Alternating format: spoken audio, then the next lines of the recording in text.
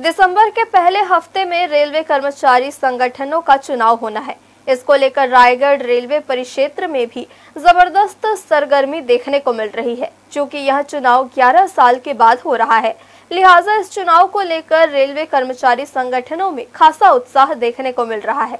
इस चुनाव में भाग्य आजमाने के लिए कई संगठन के नेता चुनावी मैदान में उतर चुके हैं। आगामी 4 दिसंबर से लेकर 6 दिसंबर तक पूरे देश में रेलवे कर्मचारी संगठनों का चुनाव होना है। यह चुनाव 11 साल बाद हो रहा है, लिहाजा इसको लेकर रेलवे कर्मचारी संगठनों में जबरदस्त जोश और उत्साह देखने को मिल रहा है। SEER के तहत आने वाले रायगढ़ रेलवे परिक्षेत्र में इस चुनाव को लेकर जबरदस्त माहौल देखा जा रहा है। पूरा रेलवे परिक्षेत्र चुनावी बैनर पोस्टर से पट चुका है। चुनाव में साउथ ईस्ट सेंट्रल रेलवे मजदूर कांग्रेस के साथ अखंड रेलवे कर्मचारी संघ यानी ARKS, SECRCU, AILESA सहित कई संगठन जोर आजमाइश करने में जुटे हुए हैं। सभी संगठन रेलवे कर्मचारी के हितों से जुड़े मुद्दों को लेकर चुनावी मैदान में उतर चुके हैं और अपने पक्ष में माहौल बनाने प्रचार प्रसार में भी जुटे हुए हैं। जैसे जैसे चुनाव की तिथि नजदीक आती जा रही है, वैसे वैसे चुनावी सरगर्मियां बढ़ती जा रही हैं। इस साल जो यूनियन का चुनाव हो रहा है भारतीय रेलवे में, उसमें 6 यूनियन भाग ले रहे हैं, जिसमें हमारा एक यूनियन है ARKS अखंड रेलवे कर्मचारी संघ, जो कि इस बार नए फेडरेशन के रूप में उभर के आया है।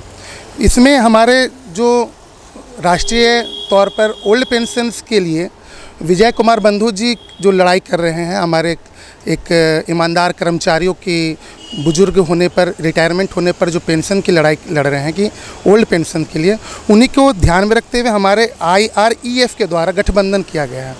और IREF के द्वारा हमें एलारसा के तौर पर हमारे जोनल सचिव और अध्यक्ष से संपर्क करते हुए उन्होंने हमसे वादा लिया है और हमने वादा उनसे भी लिया है कि हम अपने कर्मचारियों के हित में जहां तक होगा ओल्ड पेंशन्स की संभावना सरकार से जिस तरह से हो उस तरह से लाने की पूर्णतः विश्वास दिलाया है।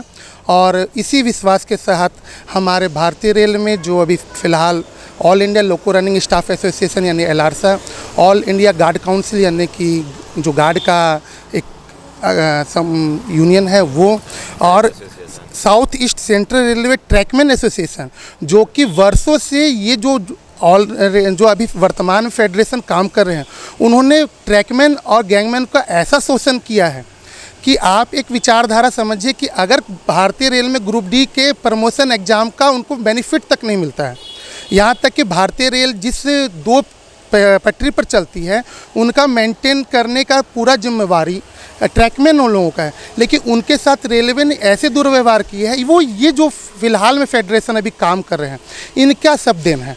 और इसी सब चीज़ का जब उन्होंने अभी फ़िलहाल हमारे पूर्व में कुछ महीने पहले अर्बन बैंक चुनाव, जो कि एशिया का सबसे बड़ा कोऑपरेटिव बैंक है, उसमें एलारसा के साथ जब ट्रैकमैन एसोसिएशन ने जाना कि अपने कर्तव्य के बारे में, जब हम अपने कर्तव्य को निष्ठापूर्वक और सम्मानजनक पूर्वक सब कर सकते हैं, तो हम अपने अधिकार के ऊपर क्यों नहीं लड़ सकते हैं। चुनाव की तारीख आपको 4, 5 और 6 तारीख को है।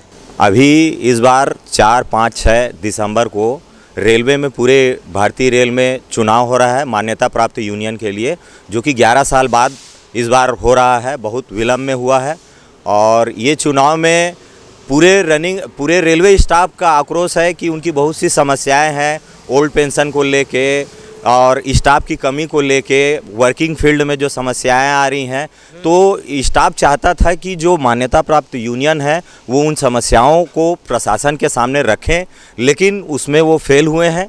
इसलिए आज हमारा अखंड रेल कर्मचारी संघ भी आज इस चुनाव में आगे आया है और हम एलारसा वाले उनका समर्थन कर रहे हैं और ये चुनाव में हम पुरजोर पूरा परिवर्तन लाएंगे। हर्ष न्यूज़ के लिए देवेश देवांगन की रिपोर्ट।